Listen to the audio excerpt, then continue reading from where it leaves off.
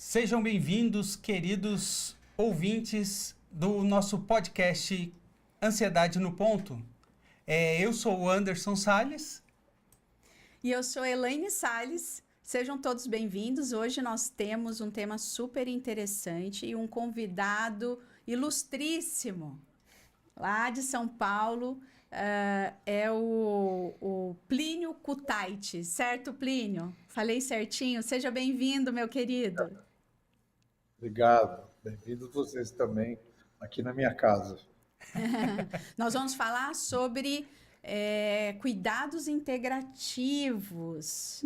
O que significa isso? O cuidar, ser cuidado e cuidar-se. Isso, né, Plínio? O Plínio, ele é mestre Reiki, né? Coordenador do Núcleo de Cuidados Integrativos do Hospital Sírio-Libanês. Seja bem-vindo, Plínio, que a gente possa ter uma excelente conversa. Obrigado. Então, abrindo um pouquinho isso, né, além de agradecer pelo convite de vocês, eu vou falar um pouquinho sobre cuidados integrativos, que é o nome que a gente dá lá no nosso trabalho no Hospital Sírio-Libanês, né?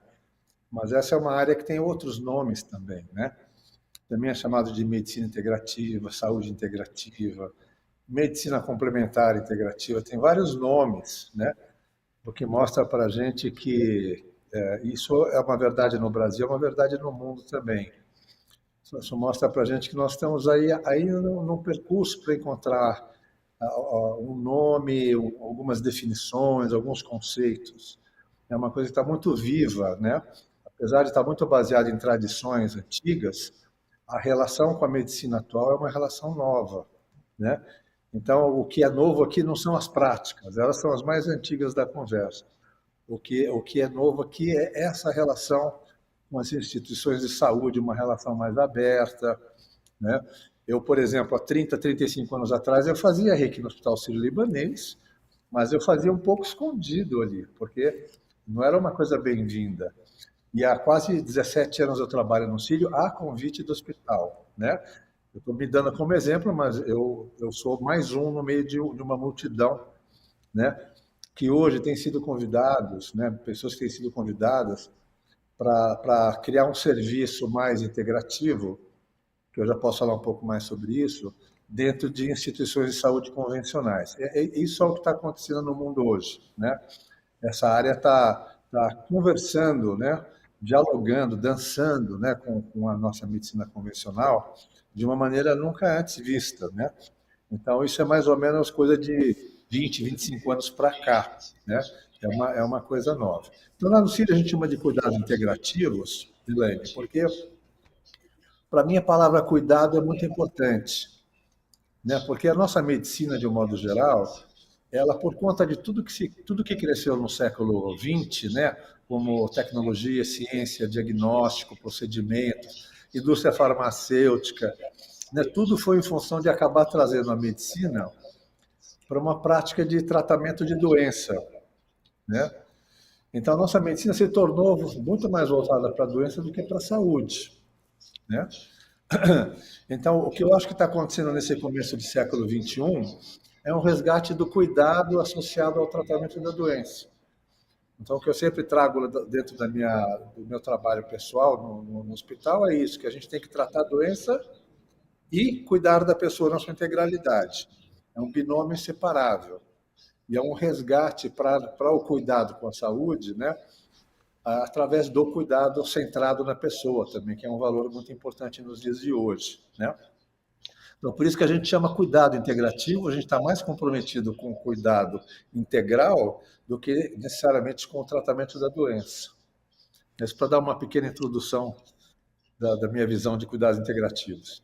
Excelente. Excelente. E como você percebe, Plínio, assim, você está falando sobre essa questão do cuidar-se. Eu sou psicóloga clínica, né?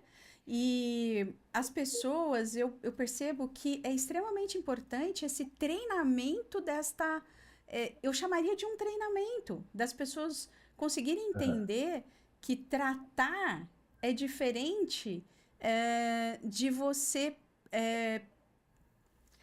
precaver-se de, né? Não sei se encaixa essa expressão, que é o cuidar para não adoecer ou evitar o adoecimento e cultivar a saúde. Como você percebe a Então, sociedade hoje nesse sentido? primeiro a gente está falando de valores culturais, é o que você está falando. Não é um valor cultural ocidental a preservação da saúde. A gente é mais reativo à Verdade. doença do que proativo em relação à saúde. O oriental é diferente, né? Por isso que o oriental tem essas práticas como yoga, meditação, mindfulness, tai chi, qigong, reiki, jinshin jutsu, aikido, doin, mahikari. E Uma esse lista mundo de enorme, práticas né? que são práticas que, na sua origem cultural, são práticas de autocuidado para preservar a saúde na sua integralidade. Então, são três valores importantes aqui, né? Primeiro, sim, são práticas de autocuidado. Quando elas vêm para o Ocidente e entram dentro dos hospitais, a gente aqui quer tornar uma prática de yoga uma técnica de tratamento para o outro. A gente quer reduzir a técnica anti-estresse, por exemplo. Vamos usar para tratar o outro do estresse do outro, né?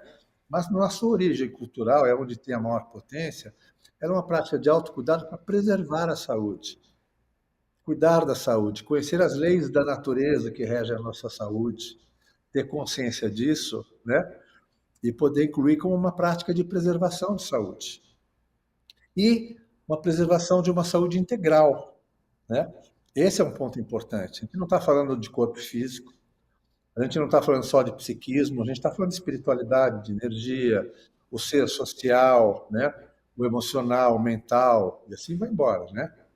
Então, quando a gente pensa na nossa integralidade como seres humanos, a gente entende que essas práticas chamadas de integrativas, elas respondem a essa demanda de um cuidado integral. Então, qual é o grande benefício dessas práticas? É nos trazer a uma condição de integração, de saúde integral, né? De centramento, de um bom fluxo de energia, de um bom estado mental, de um bom estado emocional, de uma consciência espiritual e assim por diante. Tudo isso ajuda a preservar a saúde e se a pessoa está doente, isso ajuda, né, no tratamento dela também, através do cuidado integral, né? Então, esse aqui é o ponto, né? E aí que eu encontro, né, quando eu comecei a trabalhar no Sírio, Elaine, um dia eu tive, realmente foi um sonho. Na verdade, eu sonhei com essa frase que para mim se tornou o que eu chamo de tríade do cuidado, que é o cuidar, cuidar-se e ser cuidado. Né? Então, primeiro a importância do cuidado, que eu agora já coloquei para vocês mais ou menos. Né? Depois, esses três aspectos do cuidado que são muito importantes. Qual é a nossa tendência cultural? Cuidar do outro. Verdade. É o que a gente mais faz. A gente não tem a tendência cultural do autocuidado ou de receber cuidado. Eu estou fora do jogo. Né? Quem está no nosso jogo pelos nossos valores culturais é o outro. Então, por isso que a gente, talvez, 80%, 90% da nossa energia a gente joga para o outro. Né? A gente não tem a cultura do cuidado pessoal, do cuidar-se, do assumir responsabilidade sobre a minha própria vida, cuidar do meu corpo, cuidar da minha energia, cuidar da minha felicidade, do meu coração aberto, né? Então essa tríade ela fala muito isso, assim, a gente precisa para equilibrar esses três aspectos, porque todos são importantes, a gente precisa intensificar um pouquinho, soprar um pouquinho o fogo do cuidado pessoal e do cuidado para mim, me trazer para dentro do jogo. Agora, o que a gente pensa no Ocidente? Quando eu cuido de mim, eu sou egoísta, eu tinha que estar cuidando do outro. A gente esbarra em valores confusos, né, que o oriental não tem. Para o oriental, cuidar de si é uma responsabilidade primordial. Ou então, né, Né? Plínio, quando a gente fala de medicina ocidental, a gente é quase mecânico, né? Eu vou consertar. Então, se você tem um problema no fígado, eu troco o seu fígado e pronto. É uma coisa bem mecânica, né? Não tem aquele negócio do que você falou, que toca muito no que eu estou estudando, que é centrar na pessoa. Que às vezes aquilo é uma consequência de uma causa muito maior. Que você tem que tratar é a causa, não a consequência, né? E como a gente não sabe a causa, por que uma pessoa teve um fígado com uma cirrose, com câncer, etc., é multifatorial. Então, como a gente não consegue definir para aquele indivíduo, você vai na estatística, você vê, né? Mas para aquele indivíduo você não sabe, então o que você faz? cuidado integral. Então, você convida a pessoa a cuidar da alimentação, exercício físico, o sono, a espiritualidade, a vida familiar, a vida afetiva, a vida financeira, né? A Exatamente. condição energética global, né? Então, quando você traz para aquele paciente esse tipo de atenção, esse cuidado integral, ele não está só consertando o fígado dele. Você está olhando a pessoa, os vínculos, as crenças, né? O estilo de vida, né? Isso é uma forma de humanizar o que a gente está fazendo. Não, os nossos médicos não são desumanos, são muito humanos, né? Mas a nossa medicina não é muito humana. Nossa cultura médica nos levou para tratar a doença e trocar uma peça por outra, consertar um probleminha Exatamente. específico. A gente esqueceu do cuidado e a gente esqueceu da integralidade, Acha que o corpo né? humano é uma máquina e você tá com um problema numa peça, você troca aquela peça ou conserta aquela peça e pronto, tá? Volta para sua vida aí, continua sendo útil. É interessante Que que essa bom que a história. gente tem isso. Sim, mas essa história está mudando, né, Plínio? Existe uma Isso. tendência muito importante para esse olhar integrado, integral, na verdade, da mente, do corpo e como você interage com o meio e como o meio interage consigo, né? Então, a gente percebe essa tendência. Eu tenho mais de 23 anos de psicologia, de neuropsicologia. Aí eu já falando, justificando os cabelos brancos, né? E eu lembro, Justifique. Entregando, tá entregando eu o tempo. lembro que eu fiz quando eu comecei na minha profissão, eu tinha 25 anos. E eu usava jaleco Usava jaleco. e cabelo História preso para boa. ficar mais velha, né? Olha só, eu sou dessa época que tinha que usar o jaleco e o cabelo preso, porque a seriedade estava em quem tinha é, esse, Perfil? esse perfil, Comportamento. esse comportamento. E neste momento, eu estava começando a minha. Eu fiz o curso de facilitadores. Hoje eu sou docente, que nós vamos fazer lá no Sírio, né?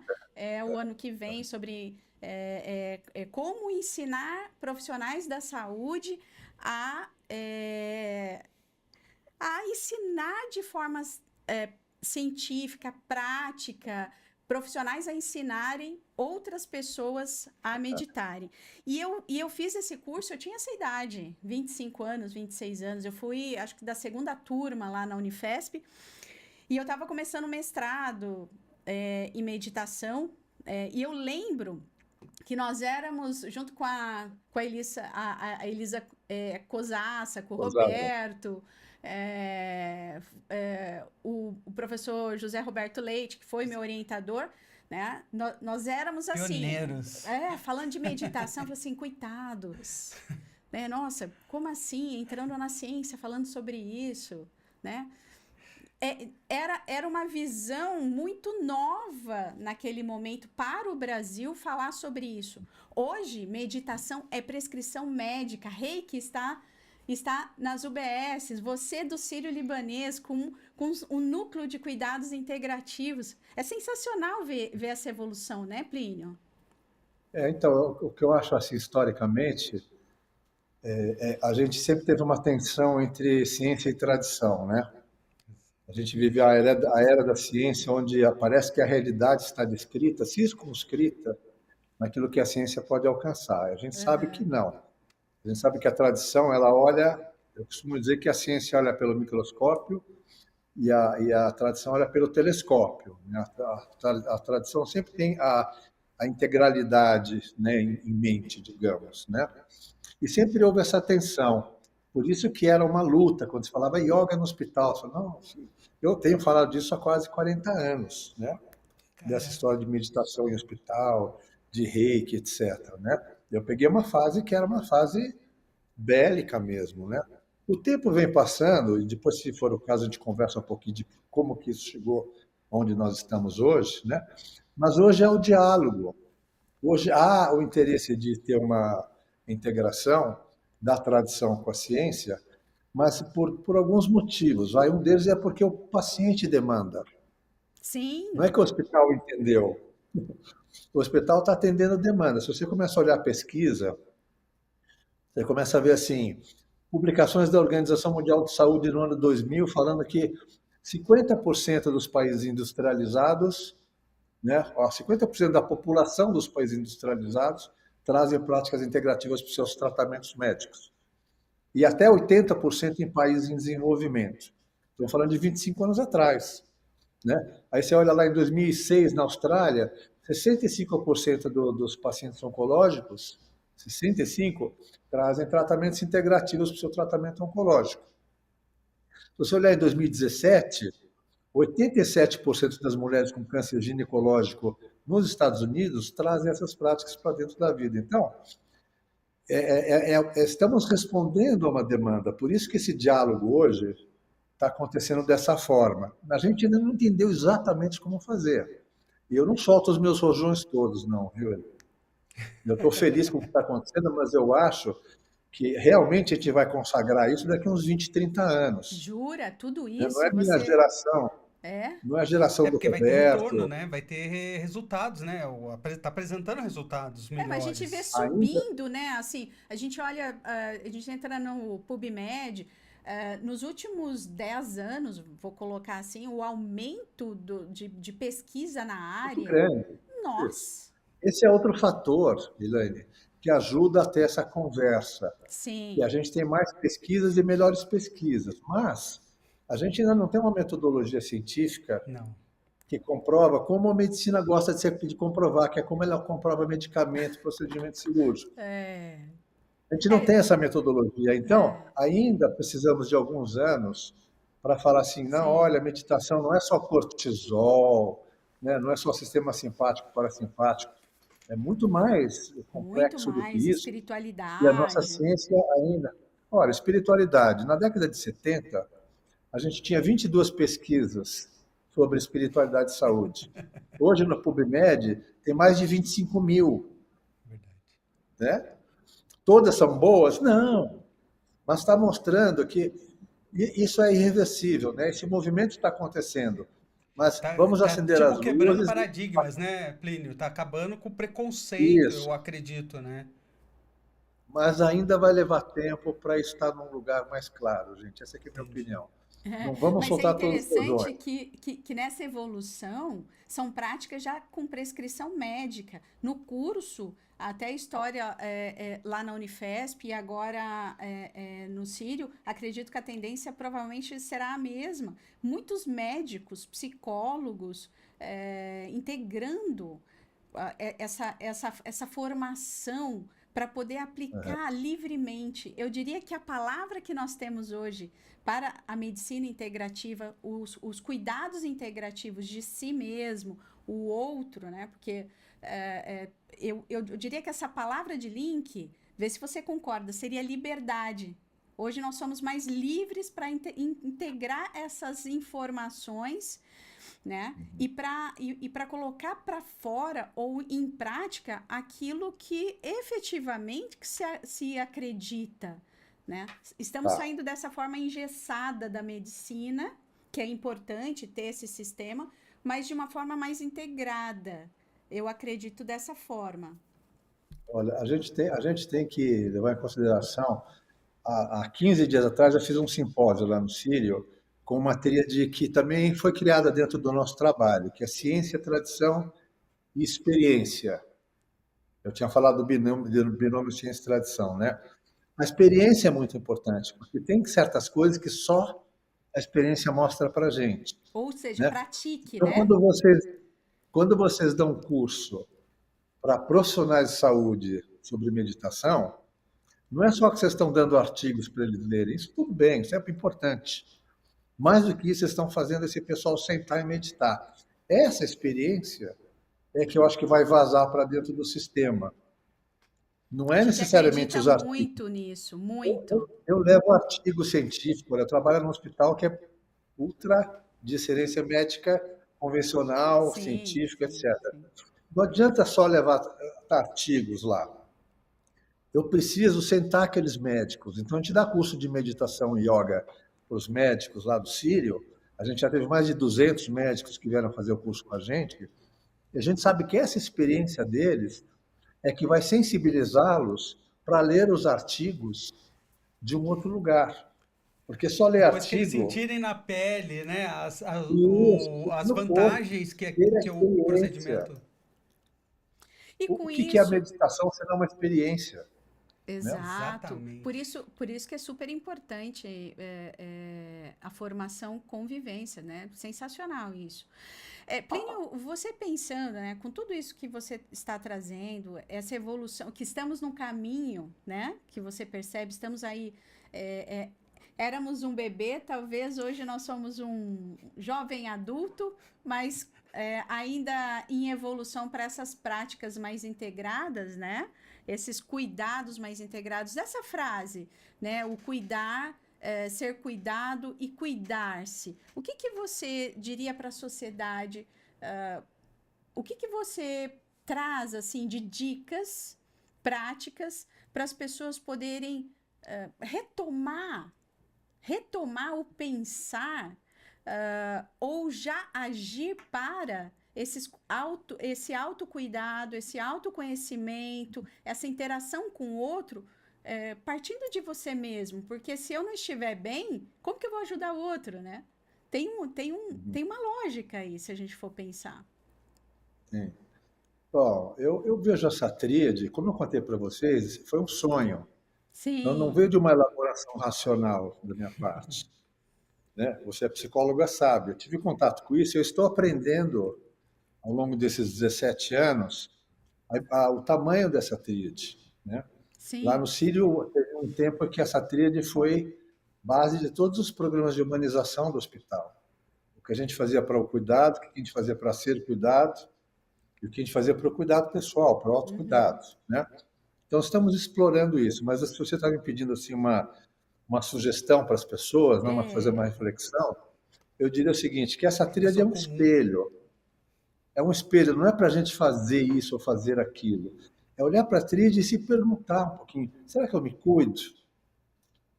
Né? Será que eu me deixo ser cuidado? Será que ser cuidado é uma coisa que me interessa? Será que eu topo ficar vulnerável e pedir para alguém me cuidar? Né? Será que eu trago as pessoas para cuidarem de mim? Né? Ou será que é o único prazer que eu tenho é cuidar do outro? É quando você olha de frente, né? E começa a tomar consciência de como você funciona, quais são as suas tendências, etc. E aí você pode ter uma oportunidade de fazer alguma coisa para mudar. Então não se trata de comportamento. Olha, gente, a partir de hoje vamos se cuidar. Isso é uma arrogância dizer um negócio desse. Eu posso apontar o autocuidado como um valor, mas sim. até que isso faça parte da nossa vida, de cada um de nós, né, é um trajeto, é um caminho, é o caminho do autocuidado, né? E isso nós não temos nada que nos favoreça culturalmente. A cultura da gente fala o contrário, olha, vai para fora, é dar mais do que receber. Isso que nossa cultura fala para a gente. Então, para a gente ir contra a cultura, tem todo um movimento individual, né, que é o que eu recomendo para as pessoas, fazerem seus movimentos individuais, começando por tomar consciência de como é cada aspecto dessa tríade. Cuidar, cuidar-se e ser cuidado. Onde que eu estou nessa trilha? Estou inclinado mais para cá, mais para lá? O que eu acho que seria bom para mim? O que me impede de eu fazer um certo movimento? É se questionar, né? E aí começar a achar um lugar onde você possa fazer alguns movimentos mais concretos, né? Mas eu não sou muito, eu não sou uma pessoa nem pessimista nem otimista, mas eu respeito muito o tempo das coisas, o tempo natural. Eu não acho que ninguém muda isso de um dia para o outro. Com Acho que certeza. você toma consciência da importância do autocuidado, você pode passar anos cultivando isso até que isso se torne uma realidade na tua vida.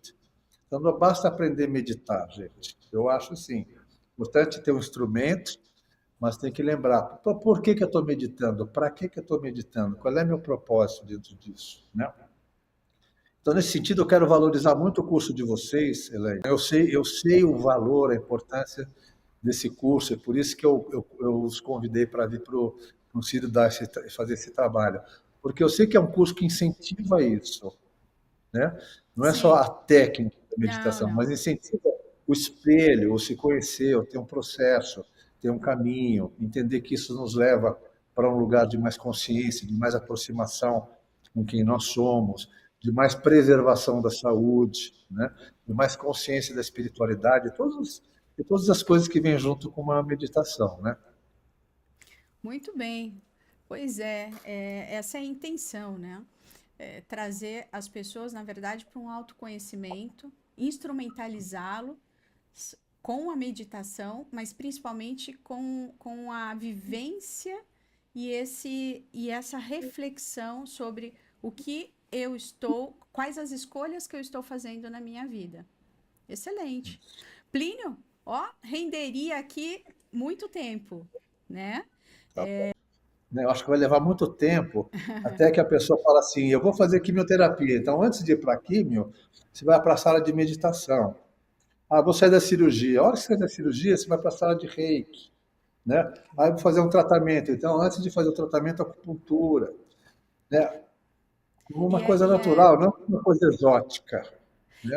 e esse movimento vai muito nessa. Você seguir um fluxo pessoal que você está. Você falou muito sobre essa questão dessa autopercepção, né? Eu sou aqui, nós somos aqui de São José dos Campos. E aqui de São Correto. José dos Campos, o mundo, né? A gente fala que o fluxo vai acontecendo. Você tem na sua equipe também, agora tem o prazer de fazer parte também, o Gustavo Giovanetti, que é um médico aqui da região, Que eu amo. que trabalha. Então, nós somos parceiros de Adoro, trabalho há Gustavo. muitos anos, né? Ele é médico, a gente sempre, tivemos a longo prazo, assim, pacientes, que a gente tem esse olhar, né? Então, assim, você vê que tem um fluxo que vai acontecendo, que a gente. Nós temos outros alunos que também estão aí com vocês. Então eu acredito também nesse movimento que a gente precisa ser leve, né? Cuidar de si mesmo é estar se permitindo que esse fluxo aconteça, né? Plínio, Isso.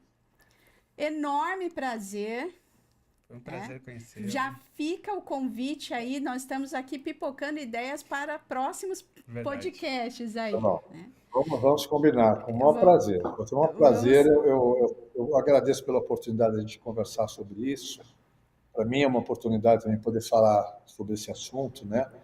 E agradeço estar aqui um pouco nesse território do Roberto, com vocês, evidentemente, né?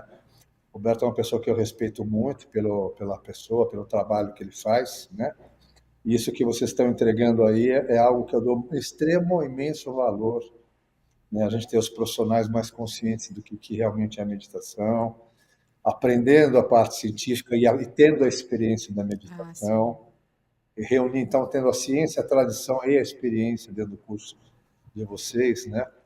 Então, eu sei que isso é um grande serviço, é uma grande semente, É, né? a Vai gente, fazer a muita gente, diferença. a Olha, gente, a gente pensa que espero estar colaborando, né?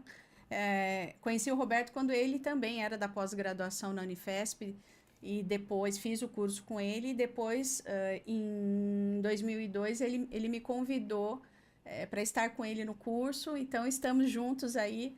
Tenho a honra de fazer parte da equipe dele desde então. maravilha. Espero estar sempre colaborando. A gente sempre aprende, né? Sim. Ensina e aprende, então quero continuar aprendendo. É isso, Isso aí. né? Um Tá forte bom, obrigado, abraço, viu? Gratidão. gratidão por Até a esse próxima. tempo e até a próxima. Obrigado. Um abraço. Queridos, um beijo e até a próxima. Até a próxima.